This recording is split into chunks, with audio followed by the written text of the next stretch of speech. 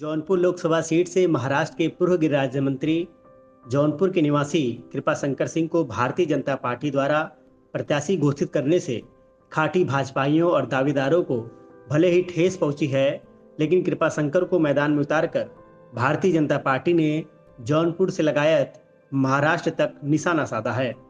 दरअसल महाराष्ट्र में उत्तर भारतीयों की अच्छी तादाद है। सभी राजनीतिक दल उत्तर भारतीय मतदाताओं को अपनी ओर खींचने के लिए तरह तरह के हथकंडे अपनाते रहते हैं। कृपाशंकर सिंह की उत्तर भारतीय मतदाताओं में गहरी पैठ है।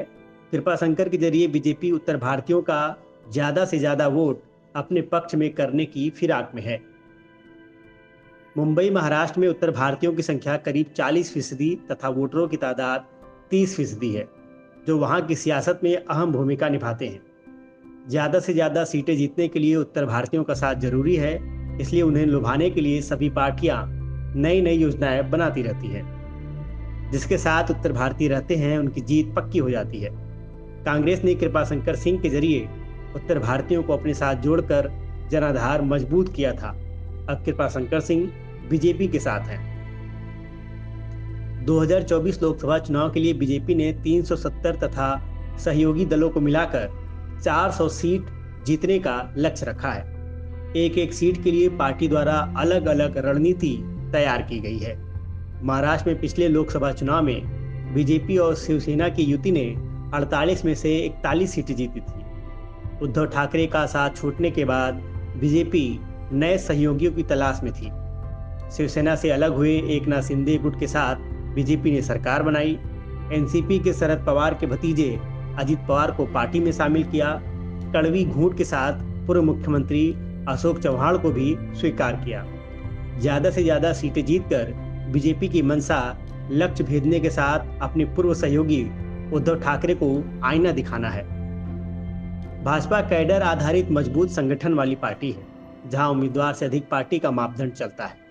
पार्टी का सबसे बड़ा चेहरा प्रधानमंत्री नरेंद्र मोदी हैं। उम्मीदवार चाहे जो हो, चुनाव निशान कमल का फूल होता है। कृपाशंकर सिंह भले ही मिलनसार अच्छे व्यक्तित्व वाले हैं, लेकिन उनको लेकर कार्यकर्ता थोड़ा असहज अवश्य हैं, मगर पार्टी अपने कार्यकर्ताओं तथा समर्थकों को मना लेगी।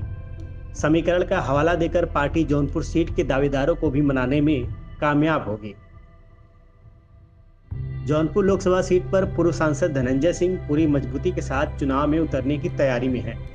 वह किसके बैनर तले मैदान में उतरेंगे, इसका पत्ता नहीं खुला है, मगर वह कृपाशंकर सिंह को कड़ी चुनौती पेश करेंगे। धनंजय सिंह के पास समर्थकों की अच्छी तादाद है, जिसके बलबूते वो हमेशा लड़ाई में बने रहते हैं। वर्ष 2009 में उन्होंने बसपा के टिकट पर लोकसभा चुनाव जीता था। उसके बाद के चुनाव में उन्हें विजयश्री अवश्य नहीं मिली, लेकिन अपना राजनीतिक दमखम और रुतबा बरकरार रखा है। इंडी गठबंधन के प्रत्याशी के अलावा धनंजय सिंह से पार पाना बीजेपी के लिए आसान नहीं होगा। कृपाशंकर सिंह को प्रत्याशी घोषित किए जाने के बाद खाटी भाजपाइयों के अलावा बीजेपी से टिकट की चाहत रखने वाले अनेक दावेदारों के मंसूबे पर पानी फिर गया है। चुनाव नजदीक देख पिछले 6 माह से इन दावेदारों की क्षेत्र में सक्रियता बढ़ गई थी। जनता के बीच जाकर अपनी पैठ बनाने में जुटे थे। रिटायर होने के बाद जौनपुर के पूर्व जिलाधिकारी दिनेश कुमार सिंह लगातार जनता के बीच में थे।